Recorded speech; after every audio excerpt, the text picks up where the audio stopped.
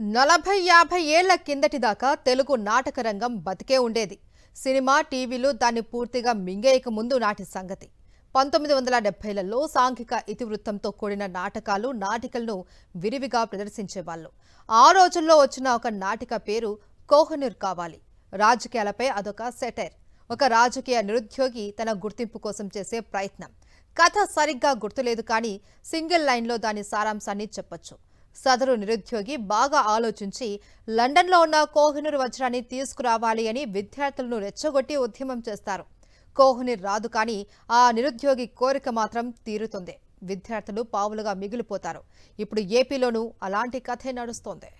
ఇప్పుడున్న మన రాజకీయ నాయకులకు సెటైర్లను పేల్చకుండా రోజులు గడవని పరిస్థితి ఏర్పడింది. ఏపీలోని మన అగ్ర నాయకులు ఈ వారం తాజాగా పేల్చిన ఓ 2 సెటైర్లను ఓసారి పరిశీలిద్దాం. ముందుగా సీనియర్ మోస్ట్ నాయకుడైన చంద్రబాబు వంతు. ఆయన తనకు ప్రీతిపాత్రమైన సింగపూర్ యాత్రకు బయలుదేరారు. అమరావతి స్టార్టప్ ఏరియా డెవలప్మెంట్ కోసం మరోసారి సింగపూర్ను ఒప్పించడం ఆయన ఉద్దేశం. తప్పేమీ లేదు.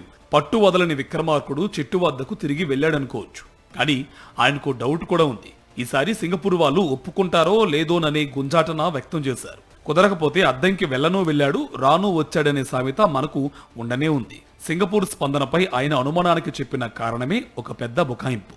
తాను ముఖ్యమంత్రిగా ఉన్నప్పుడు కుదిరిన స్టార్టప్ ఏరియా ఒప్పందాన్ని జగన్ సర్కార్ రద్దు చేయడమే గాక వారిని వేధించడం వల్లనే వెనకాడుతున్నారని చంద్రబాబు చెప్పారు. కానీ అసలు సంగతి దాచేస్తే దాగేది కాదు.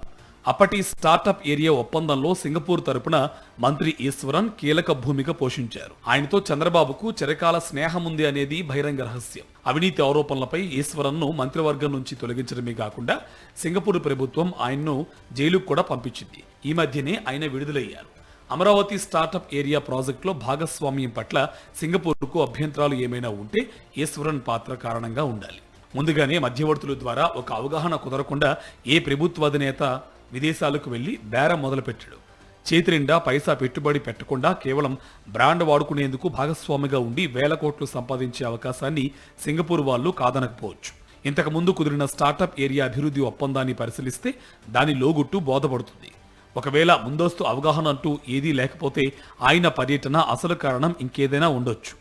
రాష్ట్ర ప్రభుత్వ అధినేత కనుక సింగపూర్ ప్రభుత్వ పెద్దలతో మర్యాదపూర్వక భేటీలు జరగవచ్చు. జగన్ నిర్వాహకం కారణంగా భాగస్వామ్యానికి వాళ్ళు ఒప్పుకోలేదని వచ్చిన తర్వాత బొరజల్లొచ్చు. ముందస్తు అవగాహన ప్రకారమే ఒప్పందం కుదిరితే చంద్రబాబు వెళ్ళాడు గనక వాళ్ళు దిగొచ్చారని, సింగపూర్ బ్రాండ్ మనకు కోహినూర్ డైమండ్ కంటే విలువైందని బాజా మోగించుకోవచ్చు. ఇలా ఉభయతారకంగా ఉండాలనే జగన్ పై ఓ కామెంట్ విసిరి ఆయన సింగపూర్ వెళ్లారు. గతంలో కుదిరిన స్టార్టప్ ఒప్పందం ఒక దోపిడీ పథకమని దాన్ని పరిశీలిస్తే ఎవరికైనా అర్థమవుతుంది. రాజధాని ప్రాంతం కోర్ ఏరియాలో 1691 ఎకరాల భూమిని సింగపూర్ కంపెనీల కన్సార్టియానికి అప్పగించారు. వారితో నామమాత్రపు భాగస్వామిగా క్యాపిటల్ సిటీ డెవలప్మెంట్ కంపెనీ ఉంటుంది. ఈ భాగస్వాములతో కలిసి అమరావతి డెవలప్మెంట్ పార్ట్నర్స్ పేరుతో వ్యవహారం నడుపుతూ ఉంటారు. ఈ భూమిలో 250 ఎకరాలు ఉచితంగా సింగపూర్ కన్సార్టియానికి బహుమతిగా లభిస్తుంది. ఇక మిగిలిన 1070 ఎకరాలను అభివృద్ధి చేసి అంతర్జాతీయ స్థాయి మార్కెటింగ్తో రియల్ ఎస్టేట్ వ్యాపారం చేయడమే కన్సార్టియం పని. అభివృద్ధి చేయడానికయ్యే 5,500 కోట్ల రూపాయల ఖర్చును కూడా రాష్ట్ర ప్రభుత్వమే భరిస్తుంది. స్నేహితుడైన ఈశ్వరన్ నేతృత్వంలో వచ్చిన సింగపూర్ కన్సార్టియానికి ఇలా దోచిపెట్టే ఒప్పందాన్ని స్కామ్ అనకుండా ఉండగలమా?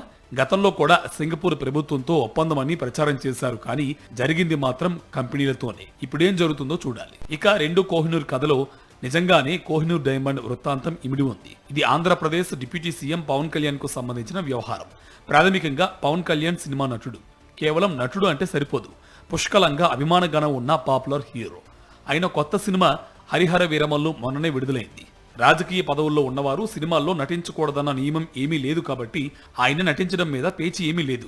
కాకపోతే ఉన్నతమైన ప్రభుత్వ బాధ్యతలో ఉన్న వ్యక్తి గనుక తను నటిస్తున్న సినిమా ఇతివృత్తం విషయంలోనూ, ఆ సినిమా విడుదలకు సంబంధించిన ఇతరత్ర విషయాల్లోనూ ఆదర్శంగా ఉంటారని ఎవరైనా ఆశిస్తారు. విడుదలైన తొలి వారం 10 రోజుల్లో టికెట్ల రేట్లు పెంచుకునే విషయంపై గత కొంతకాలంగా 2 రాష్ట్రాల్లో చర్చలు జరుగుతున్నాయి. ఈ అంశంపై ఫిలిం ఛాంబర్ ద్వారా మాత్రమే ఏ సినిమా నిర్మాత అయినా ప్రభుత్వానికి విజ్ఞప్తి చేయాలని, తన సినిమాలకైనా ఇది వర్తిస్తుందని కొద్ది కాలం క్రితమే పవన్ కళ్యాణ్ చెప్పారు. కానీ కేవలం నిర్మాత విజ్ఞప్తి మేరకే టికెట్ రేట్లను పెంచుకునే అవకాశం కల్పిస్తున్నట్టు ప్రభుత్వం ప్రకటన విడుదల చేసింది. ఇంత చిన్న విషయంపై కూడా పవన్ తన మాట మీద నిలబడలేకపోయారు. విడుదలకు ముందు రోజు హైదరాబాద్లో జరిగిన కార్యక్రమంలో ఆయన కొన్ని విషయాలు చెప్పారు. మొఘల్ కాలంలో జరిగిన అక్రమాల గురించి మన చరిత్రలో చెప్పలేదని, విజయనగర సామ్రాజ్యం గొప్పతనం గురించి కూడా చెప్పలేదని ఆయన ఆరోపించారు. ఇది పూర్తిగా సత్యదూరం. విజయనగర సామ్రాజ్య కాలాన్ని స్వర్ణయుగంతో పోలుస్తూ కావాల్సినన్ని చరిత్ర వ్యాఖ్యానాలు అందుబాటులో ఉన్నాయి. కృష్ణదేవరాయల దండయాత్రల గురించి, ఆయన కళా సాహితీ రంగాల పోషణ గురించి, సాహితీ సమరాంగణాన చక్రవర్తిగా ఆయన వాసికెక్కడం గురించి బోలెడన్ని కథలు, గాథలు వ్యాప్తిలో ఉన్నాయి. ఈ అంశాలన్నీ చరిత్ర పాఠాల్లో కూడా ఉన్నాయి. విజయనగర వీధుల్లో రతనాలను రాసులుగా పోసి అమ్మేవారని కూడా చదువుకున్నాం. అశోకుడు చెట్లు నాటించను, బాటలు వేయించను, బావులు తవ్వించను అనే పాఠం చదవకుండా ఎవరైనా ప్రాథమిక విద్యను పూర్తి చేస్తారా? ఔరంగజేబు సింహాసనాన్ని అధిష్ఠించడం కోసం తనకంటే పెద్దవాడైన దారా షికోను హత్య చేయించాడని, తండ్రిని చెరసాలలో పెట్టించాడనే అంశాలు కూడా మన చరిత్రలో లేవని పవన్ ఆరోపణ. అది కూడా నిజం కాదు. ఆ సాహిత్యం పుష్కలంగా అందుబాటులో ఉంది. కోహినూరు వజ్రానికి చరిత్రలో ఒక ప్రత్యేక స్థానం ఉంది. దానిది అంతర్జాతీయ ఖ్యాతి. కృష్ణా తీరంలో లభించిందని ప్రతీతి. అక్కడి నుంచి కాకతీయుల రాజధాని ఓరుగలకు, అల్లావుద్దీన్ ఖిల్జీ ద్వారా ఢిల్లీకి, నాదిర్ షా ద్వారా పర్షియాకు, మహారాజా రంజిత్ సింగ్ వసుమై లాహోర్కు, అక్కడి నుంచి బ్రిటిష్ వారితో లండన్కు ప్రయాణం చేసిన వజ్రరాజు. 600 సంవత్సరాల ట్రావెలాగ్ కోహినూర్ది. అట్లాగే ఔరంగజేబ్ 17వ శతాబ్దంలో భారతదేశాన్ని శాసించిన మొఘల్ చక్రవర్తి. ఈ చారిత్రక అంశాల మధ్య వీరమల్లు అనే కల్పిత పాత్రను ప్రవేశపెట్టి ఈ సినిమా తీశారట. ఈ కల్పిత వీరమల్లు ఔరంగజేబుతో పోరాడి గోల్కొండకు వజ్రాన్ని ఎలా తీసుకువస్తాడనేది సినిమా కథగా చెప్తున్నారు. చారిత్రక అంశాలతో ఫాంటసీలు తీయొద్దని ఎవరూ చెప్పలేదు. సృజనాత్మక కళలపై ఆంక్షలు పెట్టడం, లక్ష్మణ రేఖలు గీయడం కూడా వాంఛనీయం కాదు. కాకపోతే ఫాంటసీ పేరుతో చరిత్రను వక్రీకరించడాన్ని, ఆ వక్రీకరణ ద్వారా సమాజంలో విద్వేషాలను రెచ్చగొట్టాలని ఉద్దేశించడాన్ని మాత్రం సహించలేము. తనది సనాతన ధర్మపదమని ఈ మధ్యనే పవన్ కళ్యాణ్ ప్రకటించుకున్న విషయం విదితమే. తన ధర్మపద ప్రచారానికి, తద్వారా తన రాజకీయ భవిష్యత్ ఉన్నతికి దోహదపడే ప్రచార చిత్రంగా దీన్ని ఉపయోగించుకోవాలని ఆయన భావించి ఉండొచ్చు. ఈ కారణంగా కొంత భాగాన్ని డైరెక్ట్ చేసిన క్రిష్ అర్ధాంతరంగా తప్పుకున్నారనే ప్రచారం కూడా ఉంది. అదెంతవరకు వాస్తవమో తెలియదు. ప్రచార చిత్రంగా వాడుకున్నా పర్వాలేదు. కానీ మొఘల్ చక్రవర్తుల కాలంలో అన్ని అక్రమాలు, అకృత్యాలే జరిగాయా? ఇంకేం గొప్పతనం లేదా?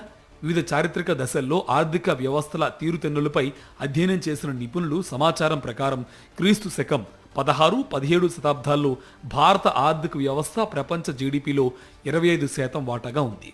కొద్ది తేడాతో చైనా తర్వాత 2వ స్థానం.